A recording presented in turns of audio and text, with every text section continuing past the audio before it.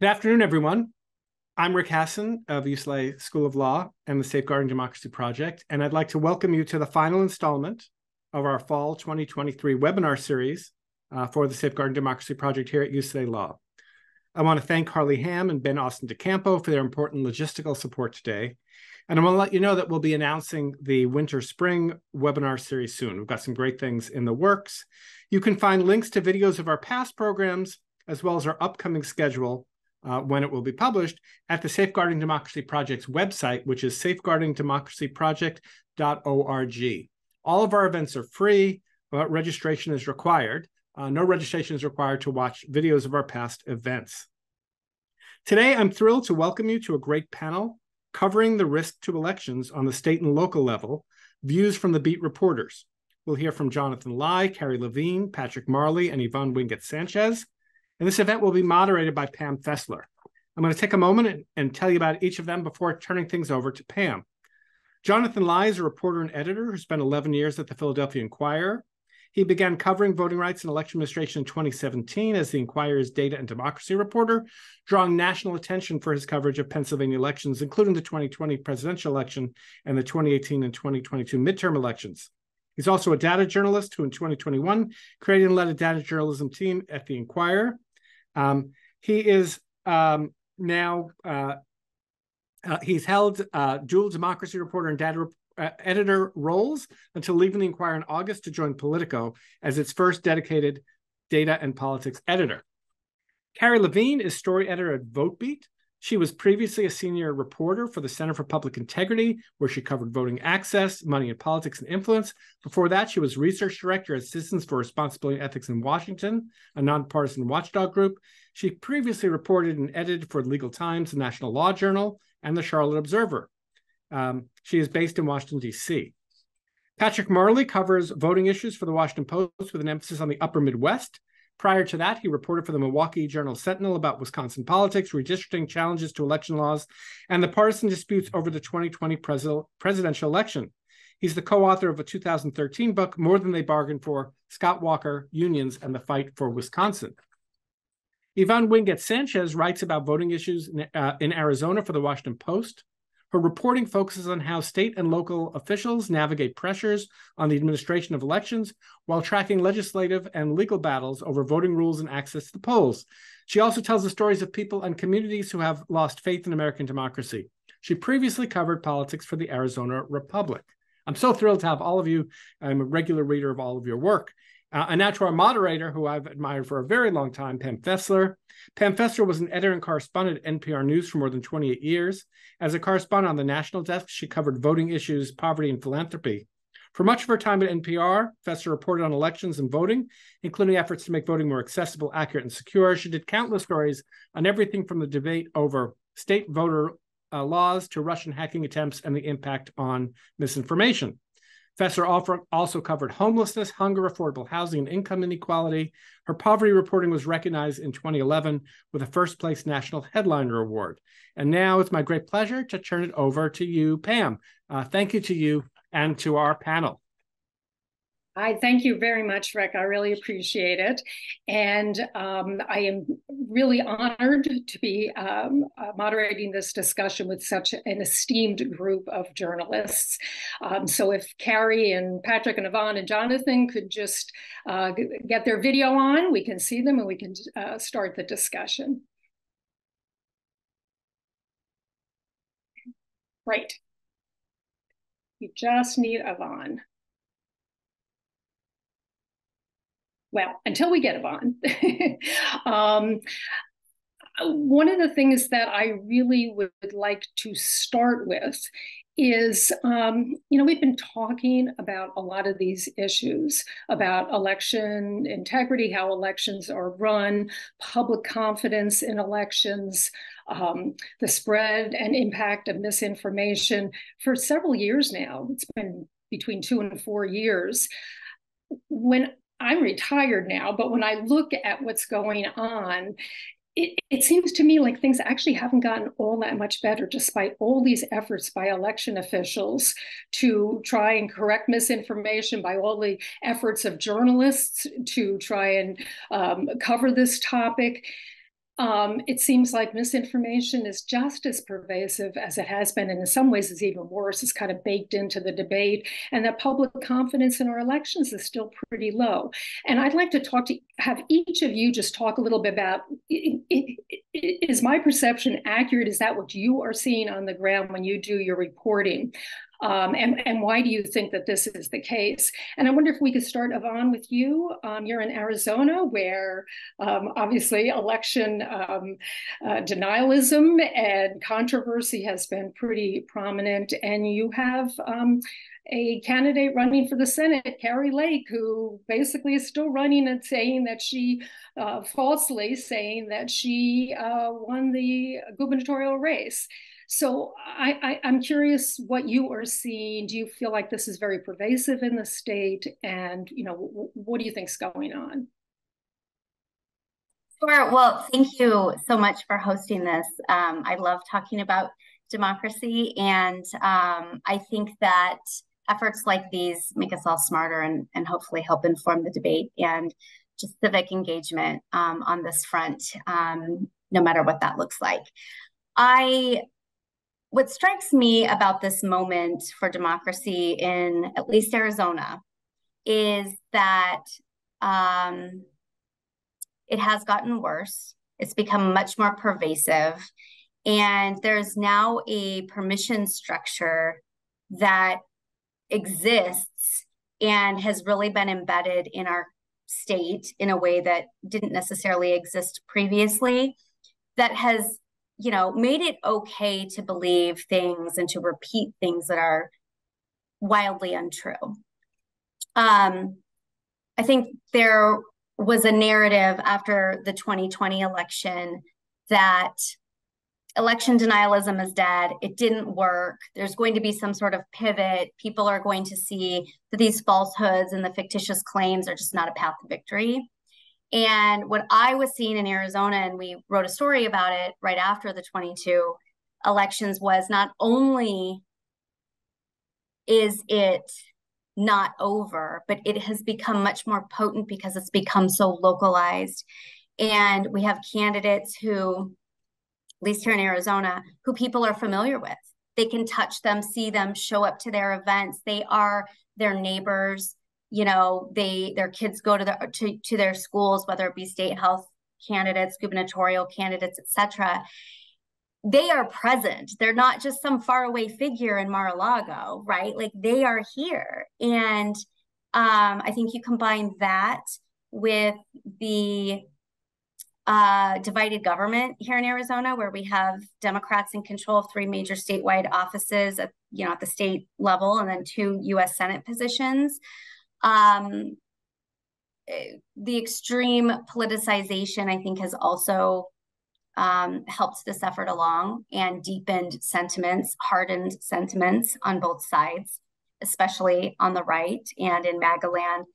And I just got back from a reporting trip in a part of the state that I'll be writing about soon, and I came back convinced that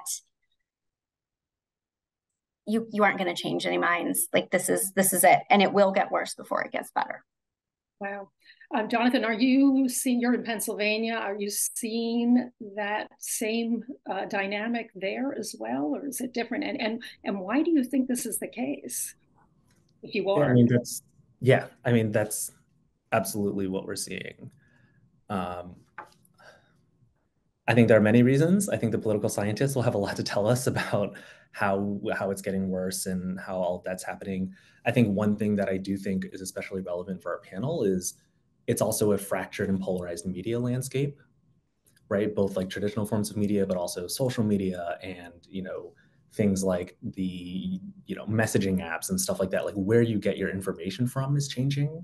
And so even if places like the Philadelphia Inquirer or Votebeat are putting out good, high quality information, is it getting to everyone? And are we considered reliable narrators to them, even if we have high quality information? So I think that's one of the things that I'm really interested in and worried about is, yes, the misinformation and disinformation to me is getting worse. I can't quantify it, but it seems to be getting worse. The information environment is getting worse.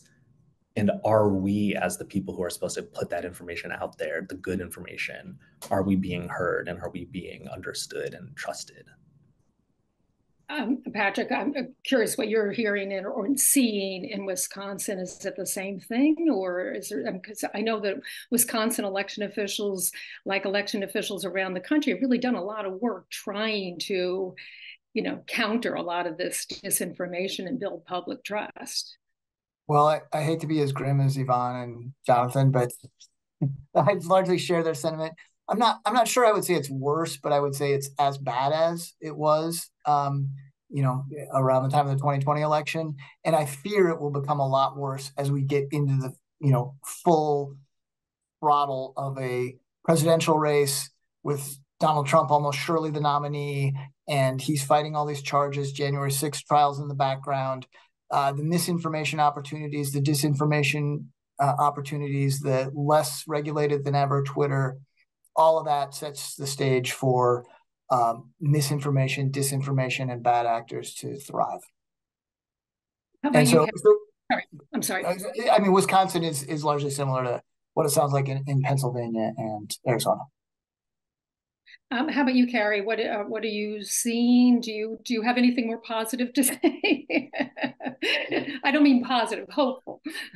Well, it's a beautiful sunny day in DC, and I thought I would sit outside and let everyone enjoy a little light. I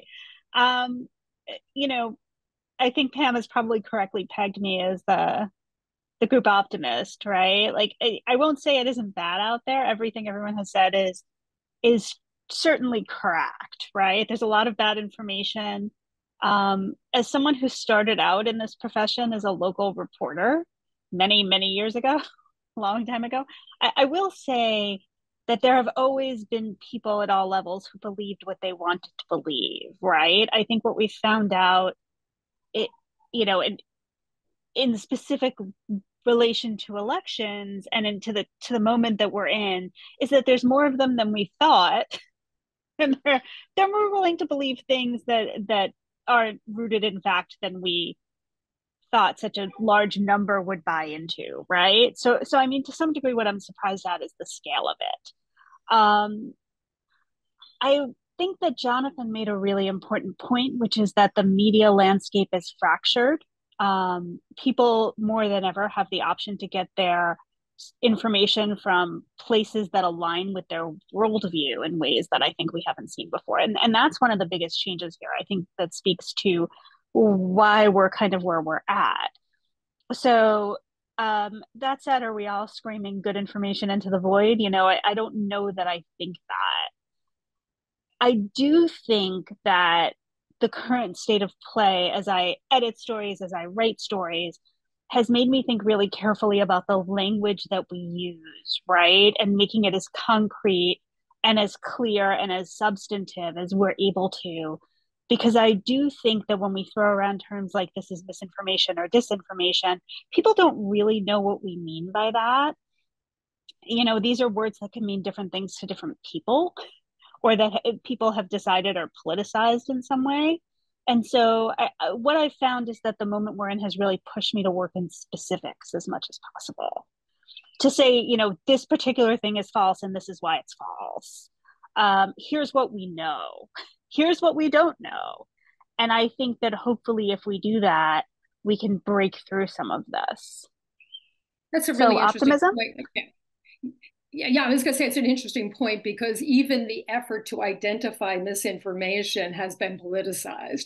So as you say, the term misinformation has become kind of a dirty word in some areas, or very suspicious a word in some communities. So I'm curious if the others of you on the panel, are you sort of given this environment, are there things like, Carrie mentioned trying to be more specific with language? Are there other things when you're looking toward covering the 2024 elections that you are going to maybe change your strategy as a journalist and in how you approach these topics? I mean, what do you do when you continue to report the truth and it's not making an impact on a lot of people?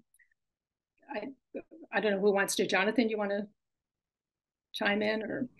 Sure. And with the disclaimer that, again, like I'm no longer a democracy reporter at the Inquirer, but I was until 3 months ago.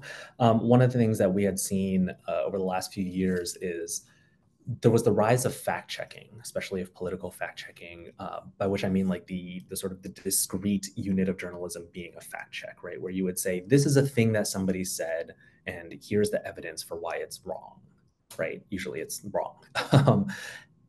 And that was a really important thing. But then we started to see that there was some evidence that like people don't believe it, or people aren't, they don't care that you did it.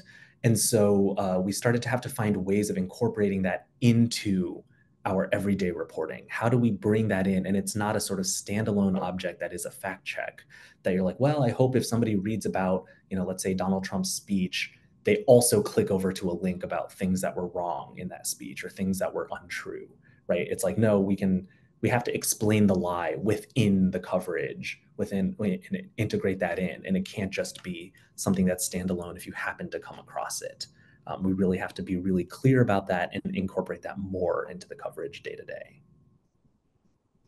And actually, Yvonne and Patrick, you're both at the Post. I'm just curious if you've had discussions at the Post. Okay, what do we do? How do we cover this going forward? I mean, we have as you mentioned, Patrick, a potential Republican presidential candidate, Donald Trump, who basically is using misinformation as part of his spiel, and that many people see as he's a very serious threat to democracy, his candidacy in and of itself. So this is all new for journalists trying to cover this field. So have you had discussions at the Post, or just personally about how you might deal with these issues, and maybe in a different way than you've been a journalist before in the past? I mean, yeah, the answer is yes. We've had discussions of that at the Post. We have sort of tried to have a continuing, ongoing dialogue. You're right. I mean, in some sense, you're right that this is all new. In another sense, I mean, we've been dealing with this for years. Donald Trump came on the scene as a presidential candidate in 2015. And, it was not long before he was saying things that were untrue on a pretty consistent basis. And so I think that you've seen coverage evolve for all news outlets about how they cover the untrue things that he's saying. When they report his statements at all, because the 100th time that he said something that's not true, I'm not sure that we need to report that just because he said it on Tuesday after having said it on Monday and Sunday and Saturday.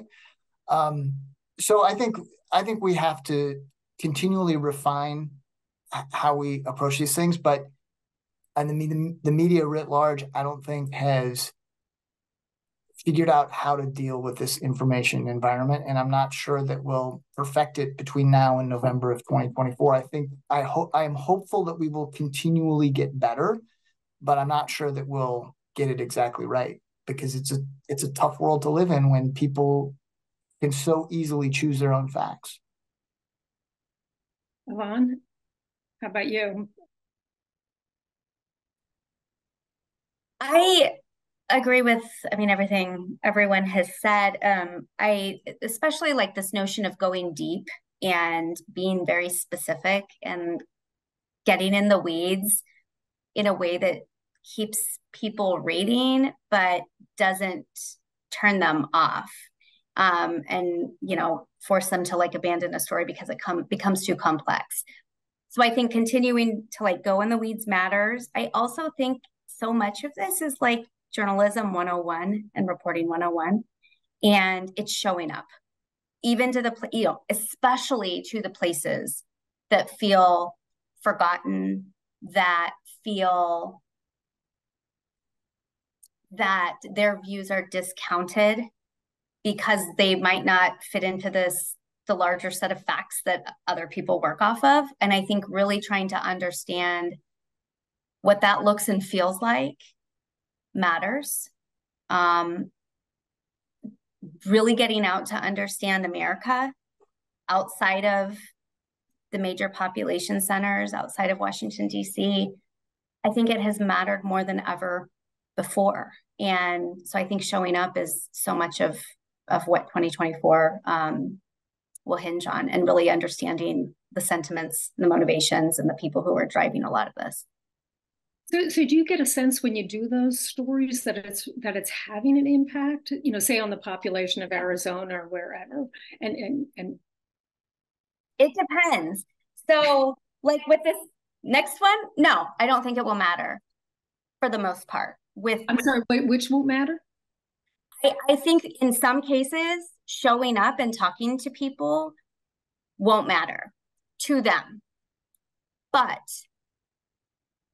other people who haven't necessarily had the desire or maybe the courage or maybe the need to feel like they need to voice their views and to stand up and to say, like, you can trust elections and here's why. People have been inspired by people like Rusty Bowers or Ruby Freeman or, you know, all these other characters that we've read so much about since 2020. And I do think what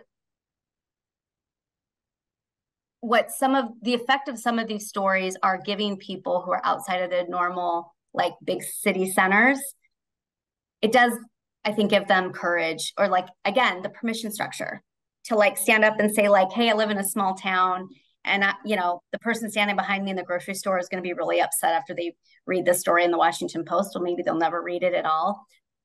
But I feel like I need to do what's right, and I'm going to be an ambassador or a surrogate for elections. And so I think in that way, especially when it comes from a local voice, you've got a better shot at somebody listening to that and responding to that than, you know, a congressman or a professor or a reporter for the Washington Post. You know, I think that local ambassadorship matters. And I think that, you know, showing up and helping tell those stories and trying to give people courage to say what's on their mind matters.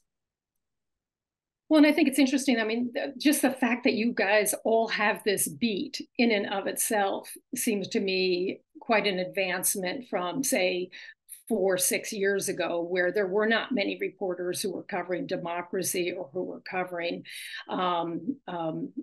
even elections. What are some of the things that you are looking for in the coming year? What do you sort of see as some of the main things you'll be focusing on, and why? Carrie?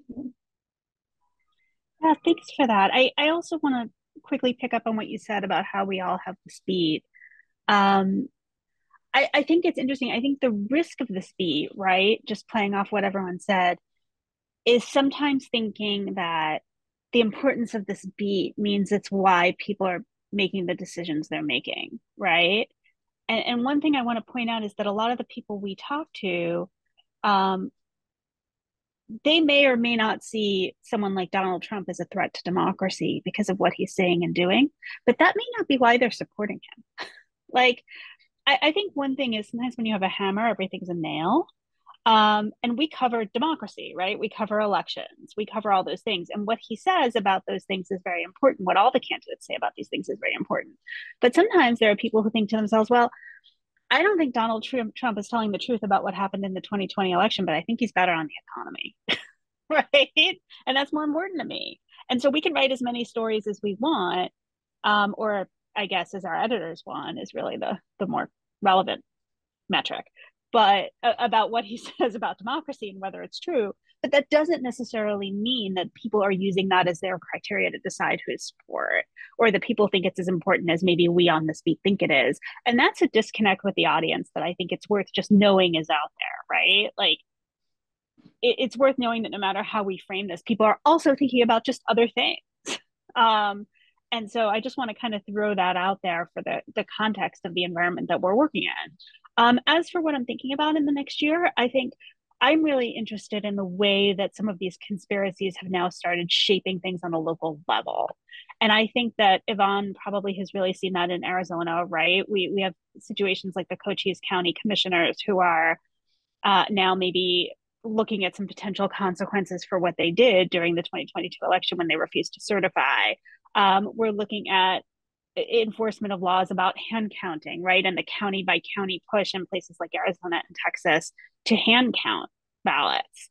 And so we're looking at how some of these things have now turned into a pretty sophisticated multi-state effort to push things at the local level that could undermine election administration. And that to me is a really important story that is much more interesting than what some of these national figures are saying over and over again. The kind of sort of sophisticated effort to move this to a series of local decisions.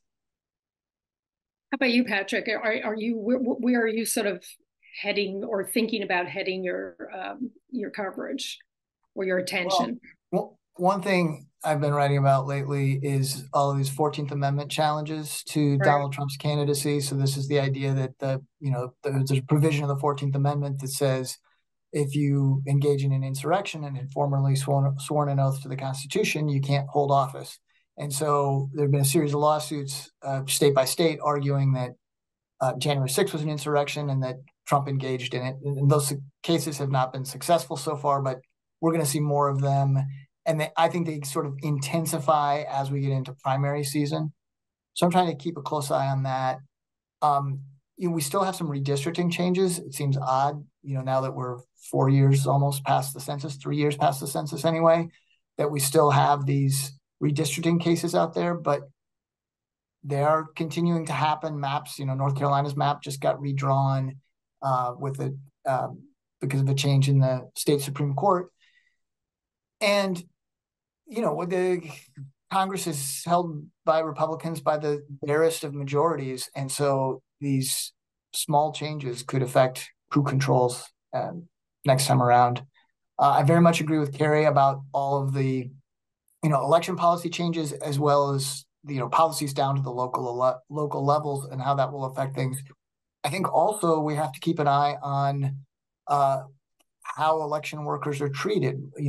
Some of them have been subjected to intense harassment. Ruby Freeman in Georgia being sort of example A, along with her daughter Shay Moss. And so, how much does that deter people from being willing to do this low-paid work? Top election officials like Megan Wolf in Wisconsin are the target of intense efforts to remove her. The state Senate tried to push her out of her job.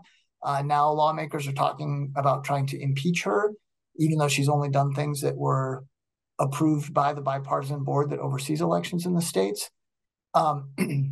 So, if we have a change in who the top election administrators are of a state less than a year from the election, that can have all kinds of downstream consequences, just because it's hard to run a big election. And if you haven't done it before, look at what happened with COVID, right? Like nobody in 100 years had conducted an election in that kind of environment. Who knows what may come up between now and 2024. Yeah, and I think you all make a good point that it's the accumulation of all these different things around the country that sort of feeds people's perception of elections. Are they fair? Are they not fair? Can we trust them? Jonathan, I know that you now are doing a lot more data journalism, right, than at Politico. And I'm curious how you are hoping to kind of use that in Politico's coverage of these issues going forward. Yeah, well, it's hard. If you have worked with political data or election data, you know that often the data you get is from elections, 5 years ago, or, it's stuff like that. But, there's still a lot we can do. And in some of it is, frankly, some of the most local stuff you can do. So there was some stuff in Virginia recently where voters were taken off the rolls who shouldn't have been. And that is the kind of thing that there are ways to try to identify, like, hey, if people were removed, had they voted recently, why were they removed? What happened? Can we try to use data like that and try to identify what's going on? Can you find things that are happening? It's hard, but there's a lot to do there. Also, if you take data to mean more than just like actual like numbers in a spreadsheet, but if you try to do things like look at, tweets and speeches and stuff as information, as data points. I think there's some really important reporting that needs to be done at the local level, looking at who's running your elections, right? There's been some really interesting reporting about who is the board of elections in your county, who's running your elections. And since 2020, some counties are running elections run by 2020 election deniers or election skeptics. And what does that mean for 2024? And that's the kind of thing that is really important to understand, is to go chase after that information and say, do we have an understanding of who's actually running the elections at the local level, right? Not just your state officials, but who's running your local elections. And then who are your poll workers, right? Who are the people doing this work? That is a lot of information that you have to go and collect, and you have to go through social media feeds and all this kind of stuff. But it's really important work to do, because that's the point of failure. That's the place where the first stuff starts to happen. Right. And sometimes it's just one little mistake that's sort of a normal mistake that happens, and it gets completely blown out of proportion because the public doesn't necessarily understand how the process works and that there are other protections in place. One thing I'm interested in, about data is people who are some of the bigger kind of election denier, conspiracy theory people. They're constantly going around the country talking about algorithms and numbers and how the data shows that this can't possibly have been true. It'd be interesting. I mean, I'm not your editor, but it would be interesting to me to kind of counter some of that information and why, show why that data does or does not prove what they say it's showing. Absolutely. There was an example after 2020 in which a state senator started picking up on a claim that in Pennsylvania, more mail ballots had been returned than had actually been sent out. He later became the Republican nominee for governor last year. And we were able to take the numbers and say, actually, the numbers you're posting are from the primary. You took the number of ballots sent out in the primary and the number of ballots returned in the general. And you were like, they don't line up. And it's like, of course they don't line up, right? Like the turnout's totally different. But that's the kind of thing where the numbers look really crazy and they're able to put out some information and it was just wrong, but they have a precise number down to the exact number of ballots. And it requires us going and chasing down the source and being able to say, look, I know exactly where this number comes from and you're wrong. And here's why. And again, I get to the question, do you think when you do those stories, how much of an impact does it have? And is it having an impact with sort of the right audience? I mean, you're the one who brought up the fact that we have such a, decentralized media and changing media landscape. I mean, is there anything that you guys can do about that to make sure that your stories do have more impact? I don't know. I mean, it's the kind of claim that really pushed him to prominence, and then he became the Republican nominee for governor. So I don't know. Right. Carrie, I'm sorry, I'm Patrick. Okay, I mean, if I can just chime in for a second, one thing that makes me a little depressed at times is that when you can do a great story like Jonathan did, and it's just like, here's the lie, here it's explained, I can show you, I can walk you through it, and that's awesome. But then the election deniers, the skeptics, what they'll do is like, well, what about this? And then they bring up like, but the voting machines can't be trusted because there was this one local election where a vote was, look at Antrim County in Michigan, which, had some misreported information initially. And then you have to go and and you can talk through and explain that one. And maybe they bring up something you don't know about and you can go research it and you can get to the bottom of it. But some of these people, many of these people, they just want to exhaust you. They just want to wear you out. And it's just constant whataboutism and sort of running to the next aspect of an election. And elections are complex when you get down to that granular level. And, your average reader doesn't want to go hear about the details of why every conspiracy theory is wrong. So in the spirit of being hopeful, Yvonne first, then Carrie. Well, in the spirit of Carrie's hopefulness, I will say that after 2022, there was a claim by Turning Point and their allies and Republican statewide candidates that the printer malfunctions that happened in Maricopa County happened only in or mostly in Republican precincts and that they were targeted. We worked over a weekend to get that granular kind of information that Jonathan is talking about, to map out exactly where the malfunctions happened, to pair that with partisan breakdown, and to disprove the claim, but to also say, yeah, like there were problems. It was a big, big problem in a lot of different places. Let us show you this. And yeah, I mean, the claims were false, like broadly, the numbers that they were using were false. The motivations were false. Like it was an accident, as far as anybody can tell. But I will say that instead of like the major pushback and the like whataboutism that I expected to get from the people who were making these very claims, we got credit with that.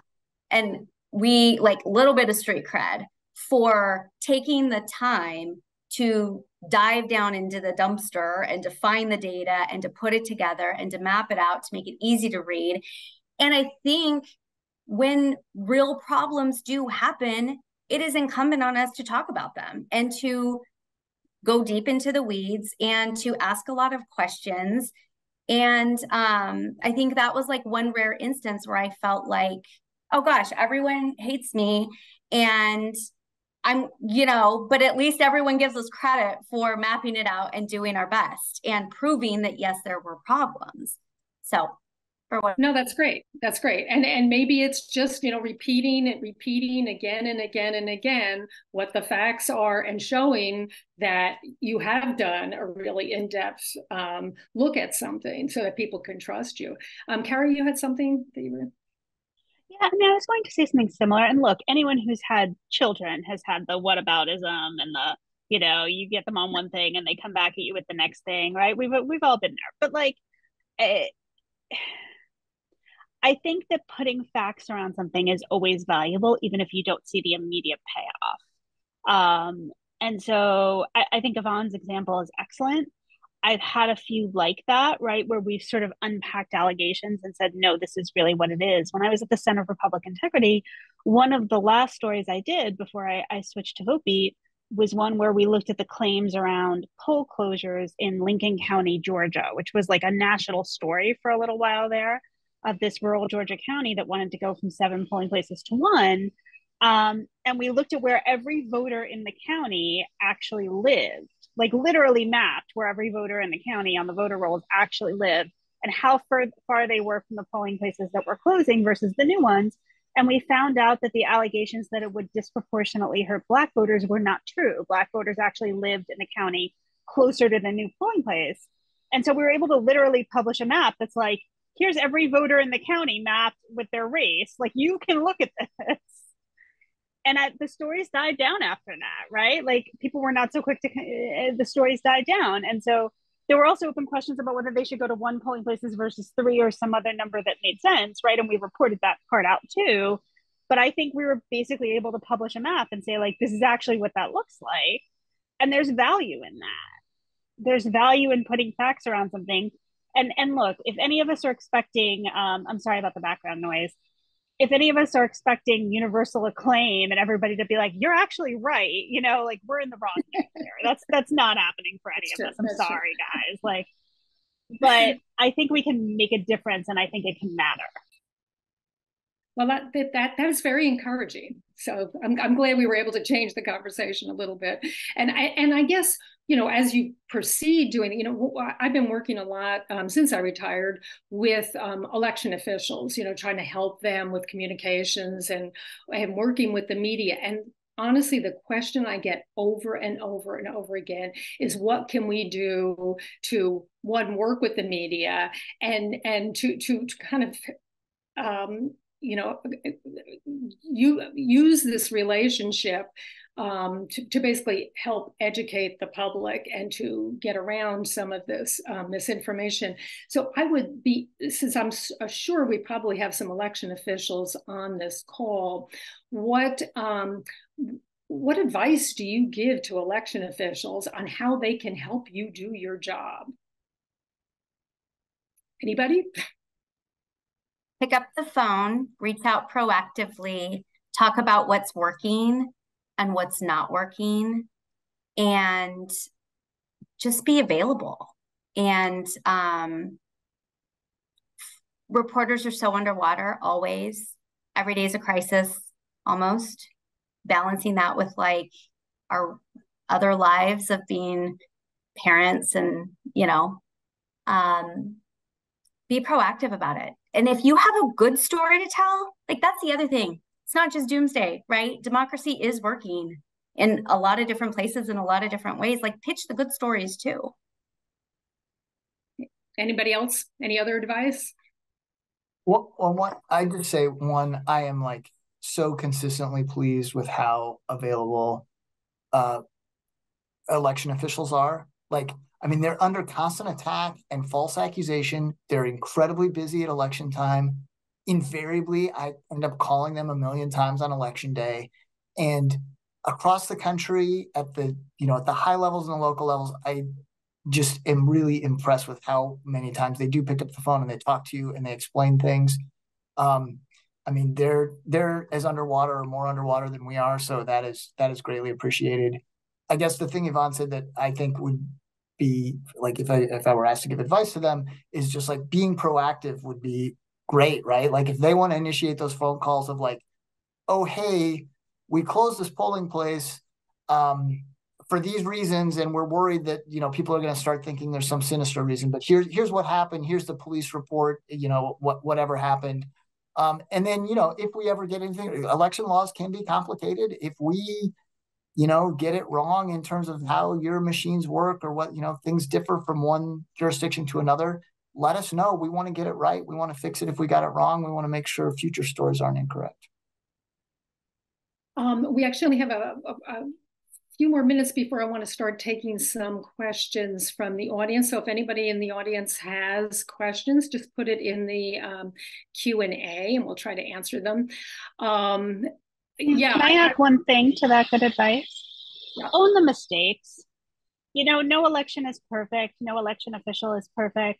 Like, don't look like you're covering it up. People make mistakes. Things go wrong. Things happen. Walk reporters through it. Explain what happened. If there's things you can't explain yet, be transparent about it.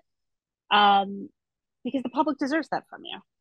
I understand that election officials are under siege and it could get misused, and that's a fear. But we also all have to do the job, right? And so help us do that. Help us explain what went wrong so that it's out there in the public, even when it's not pretty. Yeah, and actually, Jonathan, I want to ask you, because you had raised with me earlier just the question of maybe advice for journalists who are covering this issue for the first time. We probably will have a lot of new people on the beat coming up for 2024. What do you suggest they do? Okay, all of a sudden you've been thrown in, as Yvonne said, you've got 25 other things to cover. All of a sudden you have to cover this unbelievably complicated topic. So I think it's the same answer that ran thematically through all the answers that you just got, which is that there just needs to be communication and there needs to be some understanding in advance of the election as to what's going on, right? So if you're the elections official, you got to go talk to the reporters, even if you don't want to. Like, you got to let them know what's going on so that you know where to turn and they know where to turn when something happens on election day. If you're a reporter, you got to reach out and you have to understand how does voting work? How does vote counting work, right? How do voting machines get there? How do the votes go and get counted, and what happens, and how does certification work, and who's running the show, right? What are the local laws? How does it work?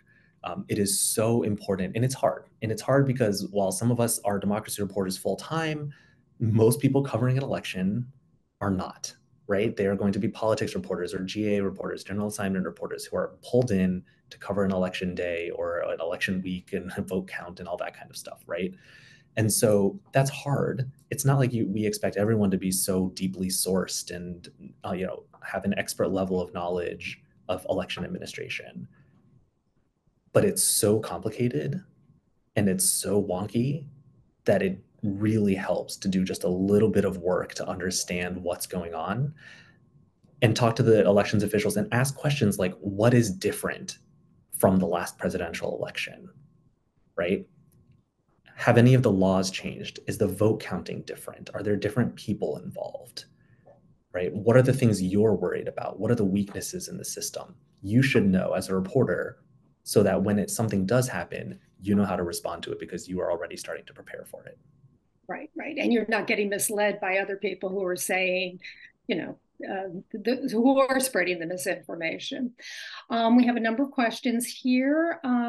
One, I think, I think is kind of interesting. It says, can the panelists discuss what they are seeing nationally or in their states with election director turnover and the issues that come with that? I think, Patrick, you alluded that to a little bit. Are state officials trying to stem this tide in any new way? And the questioner points out that turnover was at the heart of the issue in Luzerne County last year when the county ran out of ballot paper. So what are some of the things you're seeing in terms of turnover with election officials? Anybody want to chime in on that? I mean, it's crazy. Patrick referred to this earlier, but the threats, the abuse, the harassment that people working in elections have faced in the last few years is at such a high level that in Pennsylvania, it's not just the individual state officials or county officials. You have entire elections offices that quit. Right. And you have counties where they've had multiple county elections directors in just a few months. It's just like the churn is so high. And elections, the loss of institutional knowledge really changes the level at which elections are run. And it is a serious concern that I have about the 2024 election. Yeah, and I think sometimes it's really interesting how that's getting reported as sort of part of a sweeping national narrative. And so one thing I'd say is that I really love it when reporters are in a position to look at places and report out the local pieces of it, because it always comes down to that, right? It always comes down to people feeling like they can withstand the local pressure or the local dynamics or the workplace issues. And I think Yvonne can speak to having a few of those in Arizona, right? There's Cochise County, there's Pinal County, and the circumstances in both were different, but the results were turnover. We had a great story out of Texas where the entire Gillespie County Elections Office quit, and it was a big national story. And in part, it was because of these lingering bad feelings our reporter found about this like little noticed election over fluoridating the water that spawned like a whole bunch of conspiracies that were really about not just elections but fluoride. And so I think we really learned from that you've got to figure out what's happening on the ground, right? Because reporting as part of this big national narrative is less helpful. And so I just say, if there's turnover in your local county elections office and you're a local reporter, figure out why, right? Did something change in terms of the people who supervise that office? Did something change in terms of activists asking that office for things in a different way? Or what changed? What happened? And I do think that's, yeah. Oh, sorry. Oh, no. Well, and just given all the turnover, I think one of the other, and I don't know that this has ever been reported, maybe somebody should do the story. Maybe I should do the story, but I don't know, is the recruitment efforts are so difficult in so many of these different areas. So it's not just, okay, now you have all these vacancies and you have, as Jonathan said, in some cases, in some of these jurisdictions, nobody. What does it take to recruit somebody to do this work at this point? Like, I would love to see the drafts of the job descriptions, to see the editing and the extra perks and the extra pay and the work from home, like all the stuff that goes into lure people, because that is like a nonstop theme here in Arizona. And it's not just rural. It's in the big cities. This is like one of the fastest growing areas still in the country. And good luck finding somebody to want to work a job in Maricopa or Pima or Pinal or Flagstaff or Cochise. What does it take to recruit and convince somebody that this is something that they should move their family and go do? That's It's crazy. Like when you hear what they have to do to convince these people to do it, and the wooing, and then the turnover that ultimately happens, it's really something. Well, and we just had the last few weeks, election officials in some states receiving these envelopes with fentanyl in them, and even if those letters in and of themselves might not have been dangerous, it certainly sends an incredibly threatening message. And I remember doing stories on this, and the pay that a lot of election officials get is extraordinarily low.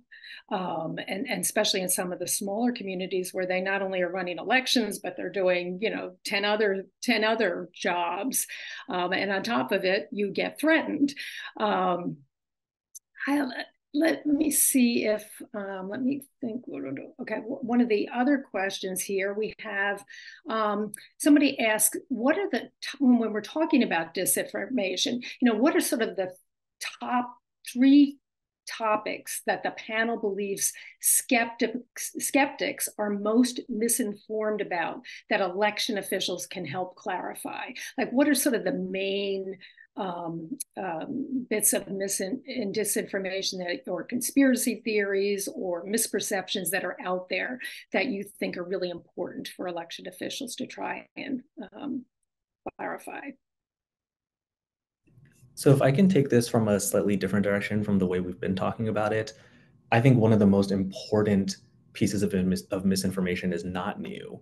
It is years old, and it is people who think that their vote doesn't count. I think that is such an important thing for us to combat. There are communities in which voter turnout and engagement are just so low. And when you talk to people, and you talk to people in like a deeply poor city like Philadelphia, people will say, my vote doesn't count. Why does it matter?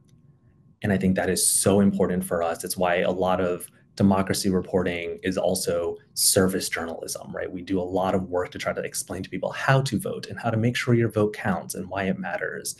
I think that is one of the most important things to try to combat. Anybody else? What are sort of the big lies out there, or whatever? I think, big picture, one thing is just like how we can know the election results are real and that there weren't a bunch of fake ballots stuffed into the system. And that's, I think, many members of the public don't realize that, like, we have a record of everyone who showed up and voted, whether they voted absentee or at the polls on election day. And we know that number, and we know the number of physical ballots we have, and those numbers have to match. So if there's 2.8 million voters, there should be $2.8 million ballot, 2.8 million ballots, and those things get reconciled. And so there's not, if somebody stuffed fake ballots in, which would be exceedingly difficult to do and would not go unnoticed, someone is going to have to take a like number of ballots out of the system. So just how hard it would be to, committing individual voter fraud is doable, right? You can take your spouse's absentee ballot and fill it out and send it back in, and it may not be detected conceivably, but like to do it at scale where you actually flip an election is incredibly difficult and virtually impossible to do without getting noticed. And so just like explaining that to the public is really valuable, because one case of voter fraud can get really thrown out of context quickly when nobody wants any votes stolen, but if it's not affecting the outcome, it's a lot different than the kind of theories that are out there that an entire election was stolen away from the country. I do think that generally what I'm hearing mostly is it still falls like within very specific categories of the machines that count the ballots, the mail-in voting or drop box voting or early voting, whatever that looks like, and the integrity around those systems. And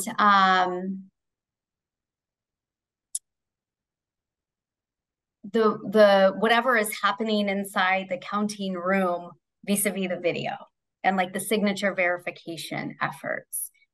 Those seem to be like the real big buckets that I see here in Arizona, which were very similar to what we saw in 22 and in the aftermath of 2020. And there's just the theories and the conspiracies change around all of them, but those seem to be the consistent buckets. And so watching those things really closely. And in 22, Maricopa County began having press conferences to try to get ahead well before the elections, to try to get ahead of like what they could see were like the leading edges of what were going to become the big conspiracies. And they would put out the claim, like with the tweet or the Telegram message or whatever, and then they would walk people through like how it actually works. As a reporter, I felt like that was really effective. I don't know. I mean, people aren't watching press conferences, right? Like nobody's doing that. And so being able to sort of stay on top of those things and being able to anticipate, because Jonathan and Carrie said, like the conspiracies before they happen and understanding the mechanics is so important. But generally speaking, those seem to be like the buckets. I've also noticed, sorry, Carrie? I think everyone made some really good points about those things.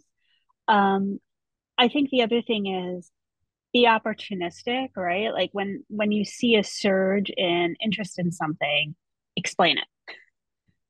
We had that happen a while ago with cast vote records. Mike Lindell, I think, got up at an event and said, everyone needs to ask for the cast vote record. That's how we crack this thing. And so a bunch of people started asking for cast vote records and they didn't know what they were, right? Like in some places they don't exist. In some places they do exist, but you can't have them.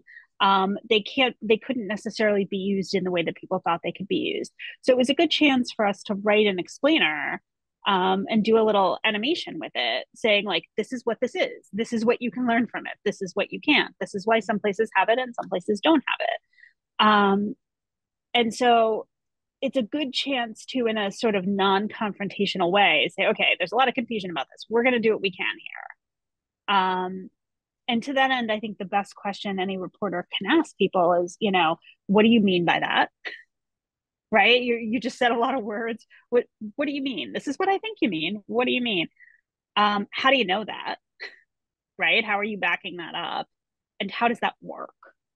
And so if you get thrown into covering elections as sort of your 20th story of the day, those are the questions that I think are going to serve you well.